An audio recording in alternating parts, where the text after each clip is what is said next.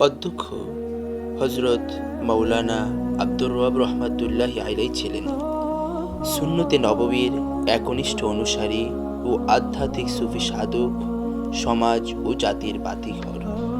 তিনি ছিলেন উস্তাজুল আসাতিজা তথা শত সহস্র উস্তাদদের উস্তাদ ও বহু মাদ্রাসার প্রতিষ্ঠাতা।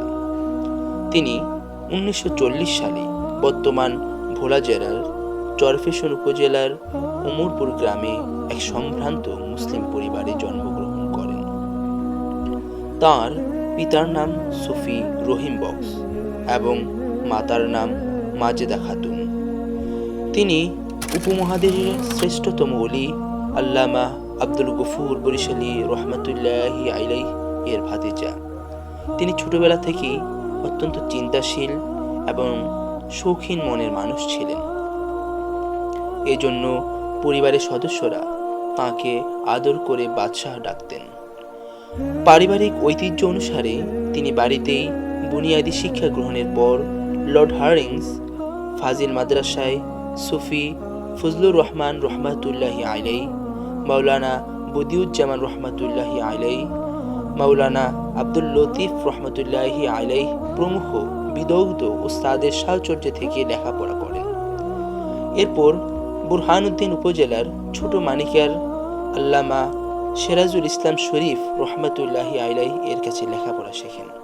তার সবচাইতে বড় উস্তাদ ছিলেন শর্ষিনা মাদ্রাসার বুজুর্গ উস্তাদ আল্লামা নিয়াজ মাগদুম খাত্তাইন রহমাতুল্লাহি আলাইহি। তিনি ইলমে শরীয়তের পাশাপাশি ছেলেবেলা থেকে আল্লামা আব্দুল গফুর বরিশালী রহমাতুল্লাহি আলাইহি এর কাছ থেকে ইলমে তরিকতের সবক গ্রহণ করেন।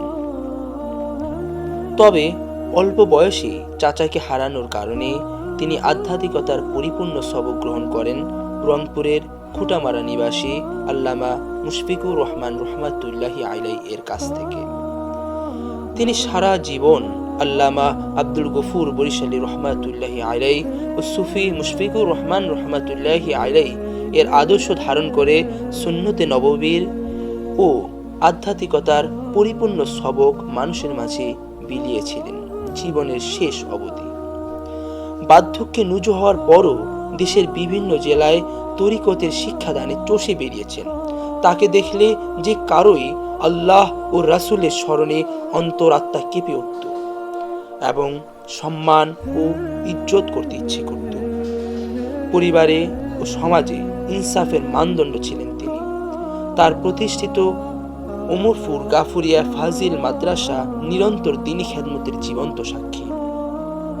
তিনি তরিকত ও নাহু সরফের ওপর অসংখ্য কিতাব লিখেছেন। আসরারে গাফুরিয়া, ফাওয়াইদে গাফুরিয়া, কাওয়াইদে জরুরিয়া, আনওয়ারে মুশফিকিয়া সবিশেষ উল্লেখযোগ্য। এ মহান সাধক 2023 সালের 30 নভেম্বর হাজার হাজার মানুষকে শোক সাগরে ভাসিয়ে দুনিয়ার সফর সংক্ষিপ্ত করে জিকিরের সাথে তার রবের সান্নিধ্যে চলে যান। ইন্না লিল্লাহি ওয়া ইন্না ইলাইহি রাজিউন।